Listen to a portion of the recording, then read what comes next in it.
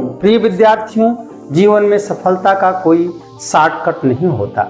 संसार का हर बड़ा वैज्ञानिक, विद्वान, अधिकारी, शिक्षक और महापुरुष एक समय साधारण विद्यार्थी था।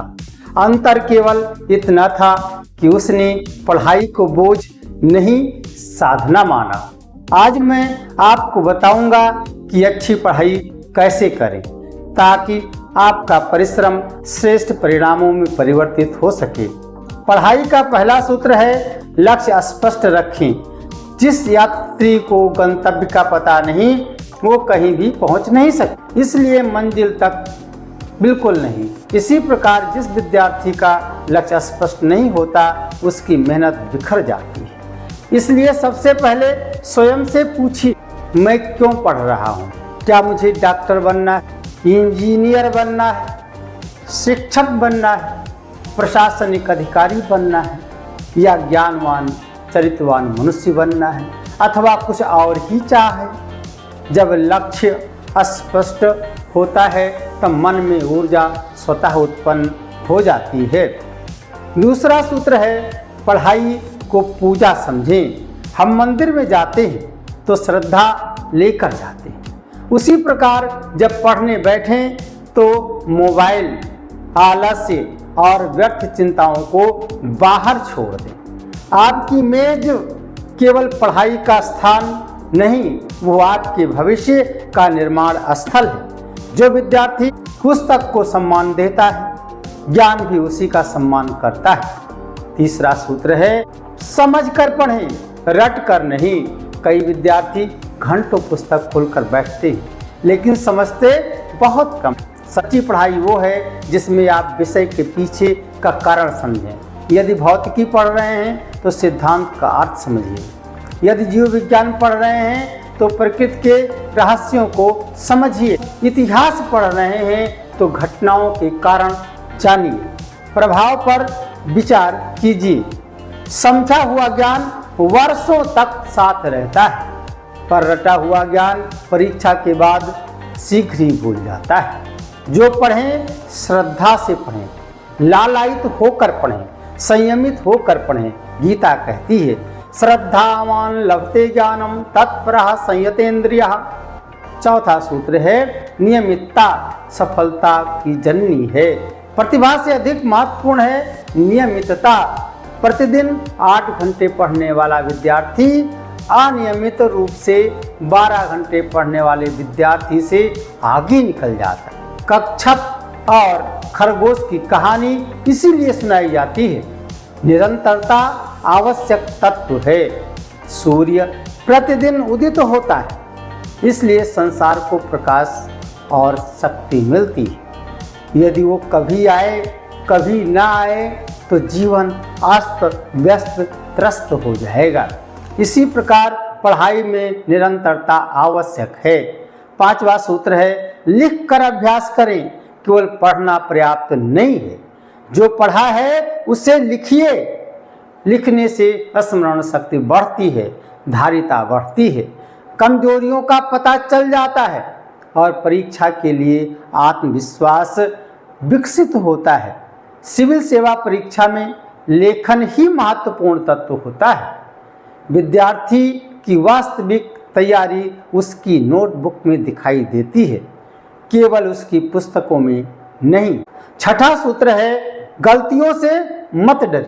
परीक्षा की तैयारी में गलतियां होना असफलता नहीं बल्कि सफलता की सीढ़ी है, पायदान है।